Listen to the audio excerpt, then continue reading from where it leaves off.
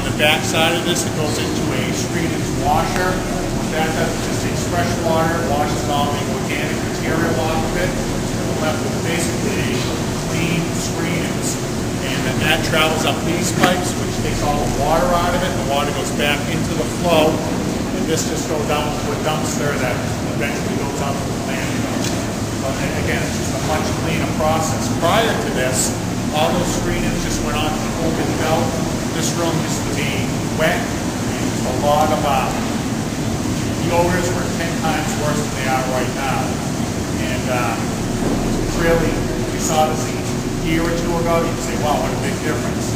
I understand coming in for the first time, it's a little difference. But again, this is new equipment. We just brought this on the last couple of months. We're still getting a lot of work. With the Clean Water Act, EPA required much more intense cleaning of the water, such that you were taking out a lot more pollutants. Here in Fitchburg, as well as many other plants, we take out nutrients. We have limits as to how much phosphorus we can discharge, how much nitrogen, among a whole slew of other contaminants. And we test on a daily basis what comes in each stage around the plant. We get samples and we test that every single day, just to know how the plant's function, if things are going bad, if it's going good. It just gives us a good handle on how it's operating, and also how well we're treating the water. So is that testing done by computer, or? No, it's all manual tests. Some of them are just how well does the solids settle out. It gives you an indication of what's in the water. So we'll do settleability tests to say that in the primary system you can expect that you'll remove this much. When you get out into the secondary system, the rate that it settles and how compact it gets gives you an idea of the overall condition of the bacteria back there. A very poor settling sludge generally means that's a young sludge. Believe it or not, I was thinking about this after yesterday's tour, and the bacteria, like humans, is if you have a very young sludge, well, it doesn't do too good at doing what it's supposed to. It's young, and it isn't as aggressive as, say, a sludge that's 20 days old.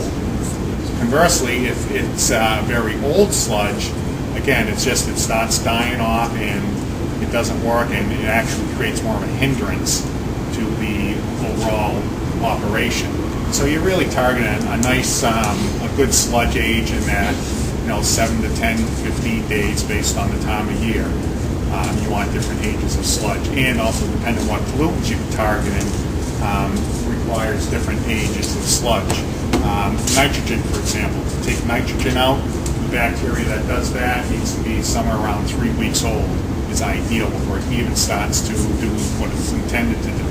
So it's, there's a lot of things to keep an eye on, and sometimes just by looking at the color of the aeration tanks, you can tell you have an old sludge, a mature sludge, or an old sludge. This is the aeration stage. This is really a secondary treatment process. As I said, prior to the Clean Water Act, we would do the primary settling, and then typically you would just add some kind of disinfectant, usually chlorine gas in the old days. Now what they use is sodium hypochlorite, which is essentially bleach. What you buy in Clorox is a 5% solution. We buy it in industrial strength, it's 15%. And so again, in the old days, primary treatment, disinfect to the river. Now what we do is we really go after really clean the water up. And what we're doing in here is you have the bacteria that naturally exists in wastewater, but you need to allow it time to go after the organic matter, which they call food, and you need to bring them into contact so they can consume that, and that's how the pollutants get removed. The other thing, because it is a biological process, they require air to survive, they need some kind of oxygen introduced here. What we do here is we have little diffuser heads. They're approximately 10 inches in diameter, and each basin has about 1,700 little diffuser heads. And we just blow air through there, and what that does, that helps to keep the bacteria in contact and mixing with the incoming waste. And it also supplies a source of air. And basically, the flow will stay in this tank for 2 to 4 hours. And again, based on flow, it could be a little greater or a little bit less, but on average, we're like 2 to 4 hours.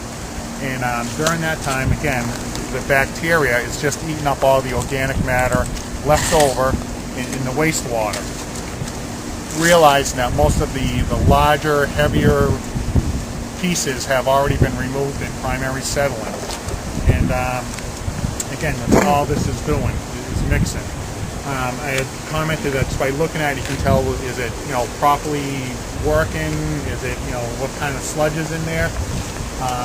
A young sludge will generally be a whitish color. The foam on the top will be a little more white. An old sludge or an old system, the water itself, in addition to the bubbles on the top, will be approaching black. A proper aged sludge should be about the color of a chocolate McDonald's shake. Old